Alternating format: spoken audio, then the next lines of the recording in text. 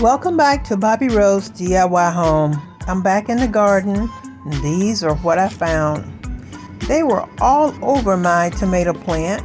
I would not have found them if I hadn't went back in the backyard to move them to the new area that I'm creating alongside of my patio, my newly designed patio. So I did look them up and I found out they are venomous, but they are not deadly to humans. The bite does hurt, but not deadly to humans. They basically feed on liquid, so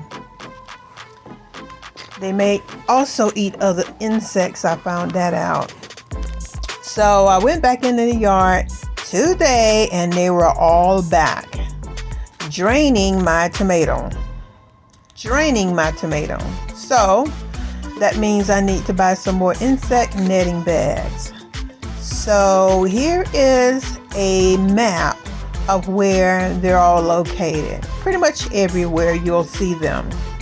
Thank you for watching my videos. Please subscribe to my channel. See you soon.